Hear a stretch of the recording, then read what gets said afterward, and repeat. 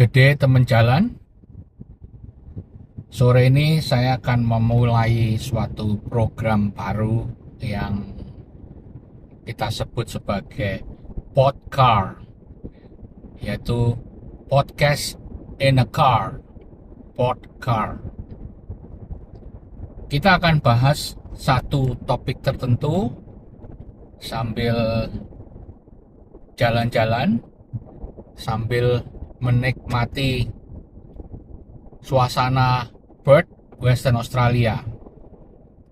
Kali ini saya akan membahas tentang bedanya bisnis properti di Indonesia dan di Australia. Saya memang property agent di sini, tapi saya akan lebih melihatnya dari sisi penjual dan pembeli supaya lebih gampang dipahami. Terus terang, saya tidak pernah bekerja sebagai property agent di Indonesia. Tapi saya akan bercerita dari sisi pengalaman saya sebagai penjual. Yang terakhir, sebagai penjual ya, bukan pembeli ya, penjual properti di Indonesia, terutama di Surabaya. Dan dari diskusi dengan teman properti agent dari Surabaya yang kebetulan baru pindah ke Perth. Jadi dari informasi-informasi itu saya akan berbagi. Yang mengagetkan pada saat saya diskusi dengan teman saya ini, setelah saya jelaskan, properti bisnis di sini itu begini begitu, dia bilang, waduh, kalau gini caranya bisnis properti di Indonesia ini primitif. Loh, kok primitif? Gimana itu? Ikuti terus, saya akan jelaskan bagaimana kok properti bisnis di Indonesia itu masih primitif. Oke, yang pertama kita lihat dari sisi penjual ya. Tentang kepemilikan dulu deh. Kepemilikan properti atau bukti kepemilikan properti ya.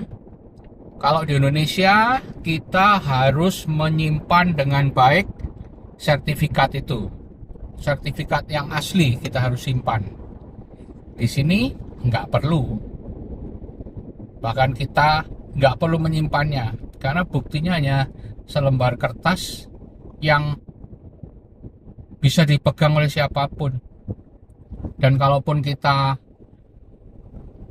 nggak menyimpan dan nggak tahu kemana, kita bisa beli, bisa order online ke badan pertanahan di sini yang disebut sebagai land gate. Property agent pun juga bisa memesan atas nama penjual sehingga bisa mempunyai bukti kepemilikan. Biasanya akan dicek antara yang tertera di situ dengan ID-nya. Intinya semua data itu ada online di sini, sehingga nggak perlu menyimpan secara fisik akte kepemilikan tanah. Ya, itu yang pertama. Jadi nggak bingung kita mesti masukin di brankas lah segala macam. Oke, katakanlah seorang pemilik properti mau menjual, ya, gimana caranya? Tentu saja dia bisa menjual sendiri, juga bisa. Tapi yang saya ceritakan ini adalah bagaimana kalau dia harus berhubungan dengan agen properti agent di sini.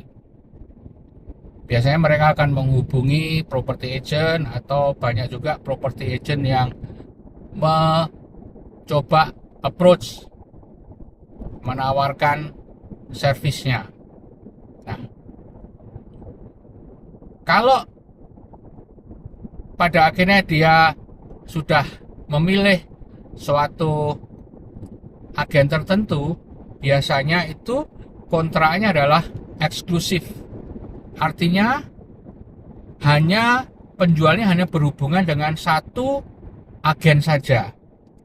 Tidak seperti Indonesia yang berhubungan dengan banyak agen. Sehingga kita bisa lihat satu rumah ditempelin berbagai macam spanduk, poster seperti nggak karuan. Di sini tidak seperti itu. Oke. Jadi ada agreement yang ditandatangani eksklusif. Memang meskipun bisa juga terbuka, tapi kebanyakan agent maunya eksklusif. Nah, pertanyaan berikutnya, berapa fee-nya? Pengalaman saya di Indonesia kan sekitar 3% ya. Kalau di sini biasanya antara 2 sampai 2,5%, kadang-kadang bisa di bawah 2 juga, ditambah GST atau PPN 10%. Nah, tapi selain itu ada yang namanya marketing fee ya, yang dibayar di depan dan tidak bisa dikembalikan. Nilainya variatif ya. Biasanya normalnya sekitar 1.000 ke atas lah, $1.000 ke atas, tapi tergantung juga nilai propertinya. Semakin mahal, semakin banyak juga marketing fee-nya. Marketing fee ini untuk apa saja? Yang pertama adalah untuk mengambil foto profesional ya. Biasanya bukan sekedar agen yang moto, tapi kita hire seseorang fotografer yang memang khusus untuk di bidang properti untuk mengambil foto. Kemudian pasang signboard atau papan nama ya. Ketiga adalah memasang iklan online. Di sini ada 3 website utama, namanya rewa.com.eu, nanti saya akan tuliskan ya. Kemudian ada realestate.com.eu, ada domain.com.eu. Yang paling utama adalah realestate.com.eu. Nilainya bervariasi, berapa harganya, biasanya nanti agent yang akan menentukan di mana ya. Dan mungkin sedikit mundur ya, sebelum kita memasarkan tentu saja akan ditentukan nih harga jualnya berapa ya. Seperti yang tadi saya bilang, semuanya itu datanya online di sini. Kata teman saya itu di Surabaya, kalau mau menentukan harga, dia harus menghitung, oh harga tanahnya di daerah segini berapa, harga bangunannya berapa, lalu ketemulah hitungannya kurang lebih berapa.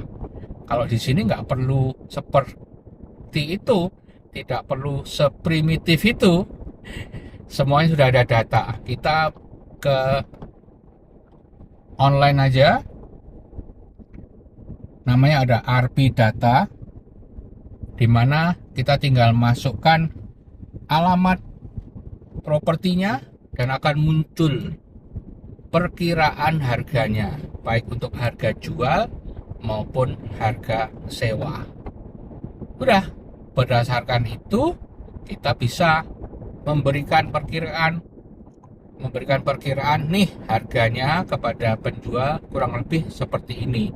Dan di situ juga ada data komparasi dari properti sejenis di sekitarnya, sehingga lebih akurat gitu kan. Nah, dari situ kita udah tahu nih harga jual, kita udah tahu fee, kita sudah tahu beriklan di mana saja, kita sudah jelaskan tadi. Nah, katakanlah marketingnya sudah jalan, kita biasanya di sini ada yang namanya home open. Jadi sudah dijadwalkan, oh hari Sabtu jam sekian, oh hari Minggu jam sekian, ya kan? Dipasang di iklannya, orang akan datang melihat. Biasanya home open cuma 15 menit sampai 30 menit. eh, waktunya. Ada yang sampai 45 menit, tapi biasanya kalau saya antara 15-30 menit. Orang akan datang, melihat, bertanya-tanya dan sebagainya. Saat ini untuk rumah-rumah yang harganya bagus, lokasinya bagus, waduh, yang datang bisa puluhan ya, bisa mobilnya udah bikin macet juga ya, karena kondisinya lagi bagus.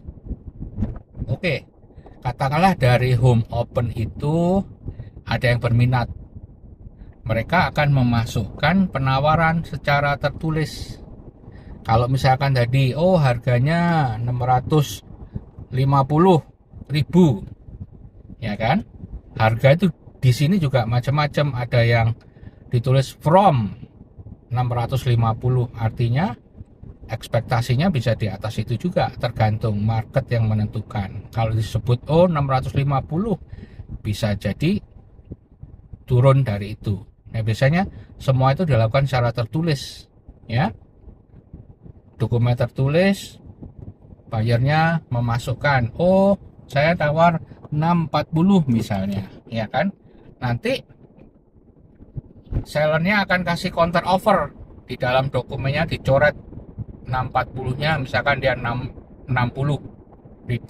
sampai akhirnya ketemu harga tertentu 650, dan kondisinya adalah harus membayar deposit dalam beberapa hari setelah penawarannya diterima, ya, biasanya 3-7 hari lah. Jadi kalau udah diterima, bayar deposit, dan deposit itu disimpan oleh agennya di apa yang disebut trust account, ya, disimpan. Biasanya di dalam agreement itu ada kondisi, misalnya finance atau KPR. Jadi kalau KPR-nya disetujui, berarti uang itu tetap akan disimpan sampai nanti terjadi, kalau di Indonesia namanya akad ya, di sini namanya settlement. Nah, berapa lama dikasih kesempatan untuk mengurus finance atau KPR ini? Biasanya sekitar 4-6 minggu, ya. Bagaimana kalau sudah lewat waktunya belum selesai? Nah, tinggal negosiasi, apa sellernya mau nggak nih perpanjang. Kalau enggak, ya berarti nggak bisa terus gitu kan. Depositnya harus kembali. Deposit juga bisa kembali kalau akhirnya KPR-nya ditolak, ya.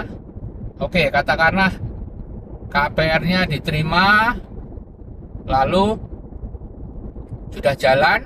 Nah, antara KPR diterima dengan akad atau settlement itu biasanya juga antara waktunya 4-6 minggu ya. Nah, pertanyaan berikutnya adalah, apakah akad itu atau akad jual beli atau settlement di sini ini kita perlu datang ke kantor notaris? Enggak, ya. Di sini kita pakai namanya settlement agent, ya semacam notaris lah di Indonesia. Tapi semua itu dilakukan online. Penjual punya settlement agent, pembeli punya settlement agent. Sudah ditentukan tanggal sekian settlementnya, ya udah, semuanya dilakukan online, ya, tinggal dilakukan. Begitu oke, semua akan mendapatkan pemberitahuan. Ada kalanya settlement ini tidak bisa terjadi pada harinya. Kadang banknya belum siap, kadang uangnya pembeli belum siap, ya. Kadang ya banyak hal lah. Nah, biasanya mereka atau secara aturan diberi waktu 3 hari. Jadi katakanlah kalau settlementnya tanggal 25, itu ada spelling sekitar bukan sekitar 3 hari, jadi bisa mundur 3 hari. Wah, ini matahari mulai terbenam ya. Kita mulai sedikit gelap nih di sini ya, tapi masih kelihatan lah pemandangan di Perth, Western Australia. Oke, jadi tadi settlement dilakukan online ya, nggak perlu datang, bahkan orang bisa di luar negeri dan sebagainya.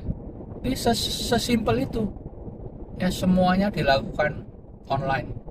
Jadi kalau tadi teman saya bilang, wah primitif di Indonesia, bisa jadi karena ngitung saja masih manual, harganya di sini sudah pakai sistem ya kan, settlement juga online. Oke, sekarang kita lihat dari sudut pembeli ya. Tapi sebelumnya saya info nih, kita masuk ke terowongan di sini ya. Ini salah satu terowongan yang ada di Perth ya. Kecepatan di sini juga masih tetap 80. Oke, kita lanjutkan dari sudut pembeli. Gimana sih caranya kalau pembeli itu mau beli rumah? Dia bisa langsung cari sendiri tadi di website tadi, rewa.com.au, realestate.com.au, domain.com.au, atau dia bisa hire namanya buyer agent.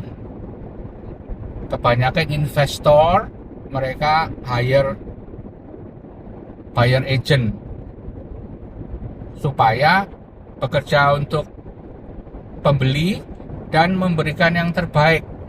Kadang-kadang investor dia nggak punya waktu nih untuk cari ini itu, ya kan? Nah, tugas buyer agent itu adalah mencari properti yang sesuai dengan kebutuhan pembelinya, dan dia dibayar fee tertentu. Fee tertentu yang besarnya bisa fix atau persentase. Seorang buyer agent hanya boleh menerima fee dari pembeli. Dia tidak boleh dapat dari dua pihak. Ya. Cuman kalau dia sebagai buyer agent, dia dapat dari pembeli. Ya, itu aturannya. Nah, fee-nya bisa berupa fix, misalkan 5.000, 10.000, atau persentase. Kalau saya sarankan, kalau mau pakai buyer agent, lebih baik yang fee-nya fix. Karena apa? Supaya dia mencari yang benar-benar sesuai dengan kebutuhan, bukan cari yang paling tinggi harganya. Ya. Bicara tentang investasi di Perth, kalau di Indonesia yang saya dengar, kita punya rumah dikontrakkan sudah nggak ada harganya.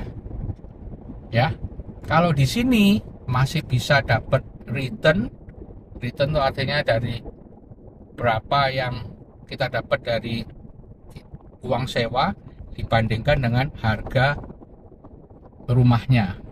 Setahun mungkin masih bisa dapat 5-7% ya. Tergantung lah propertinya kayak apa, lokasinya di mana dan sebagainya. Oke. Jadi tadi pembeli bisa beli sendiri atau pakai buyer agent ya. Dan kita udah tahu berapa returnnya. Oke, jadi itu kurang lebih prosesnya. Pertanyaan berikutnya adalah, yang boleh beli properti di sini itu apakah khusus warga negara Australia atau permanent resident boleh juga? Ya, dua-duanya ini boleh beli, ya. Orang asing pun, warga negara asing juga boleh beli, tapi ada syaratnya, ya. Harus properti baru dan tanah, kalaupun tanah harus segera dibangun. Kalau nggak salah 2 tahun harus dibangun. Terus berikutnya, untuk orang asing ada tambahan pajak yang mereka harus bayar. Jadi pada saat membeli itu ada namanya stamp duty yang dibayar oleh pembeli, sekitar 4% lah, tapi tergantung juga nilai propertinya. Kalau orang asing ada tambahan sekitar 7%, plus ada aplikasi untuk sebagai investor asing, dan itu nilainya bervariasi tergantung dari berapa harga propertinya, ya. Kalau mau info lebih lanjut, ya nanti tulis di komentar, saya bisa kasih penjelasannya, ya. Jadi orang asing boleh, tapi harus rumah baru dan ada tambahan biaya. Dulu orang yang sekolah di sini boleh membeli rumah, ya. Rumah lama maksudnya, ya, boleh beli rumah lama, tapi dengan kondisi kalau udah selesai nanti harus dijual lagi, ya. Oh ya, ini ada barusan cerita yang sangat menarik yang saya barusan dengar tadi tentang, ini untuk pembeli, ya. Pembeli warga negara Australia atau yang permanent resident, terutama yang disebut first home buyer, mereka itu mendapatkan subsidi 10.000. Tapi syaratnya mereka harus tinggal di rumah itu sebagai apa? Rumah utamanya, harus betul-betul tinggal di situ selama 6 bulan. Ya, 6 bulan harus tinggal di situ. Ini barusan ada kejadian first home buyer, tapi dia tidak tinggal di situ secara penuh, hanya Sabtu Minggu. Ditelepon oleh kantor pajak. Dia bilang bahwa kamu tidak memenuhi syarat dan harus membayar kembali yang 10.000 plus bunga. Wow. Dari mana mereka tahu? Satu adalah biaya listrik dan air yang sangat rendah, ya. Jadi sekarang nih semuanya sudah online, jadi hati-hati, ya. Plus juga saya yakin yang sudah dicurigai mereka akan mengamati nih, ya. Mungkin kalau di Indonesia tiba-tiba ada penjual bakso di depan rumahnya, ya. Mungkin mereka pakai cara yang lain lah, ya. Jadi ketahuan dan harus membayar kembali plus bunga. Wow. Ya. Saya rasa sore ini podcast kita sampai di sini, ya. Kita akan lanjutkan untuk topik yang lain. Kalau ada pertanyaan-pertanyaan, silahkan di kolom komentar. Selamat sore, sampai jumpa. Sukses untuk kita semua dari Subiaco, Perth, Western Australia. Bye.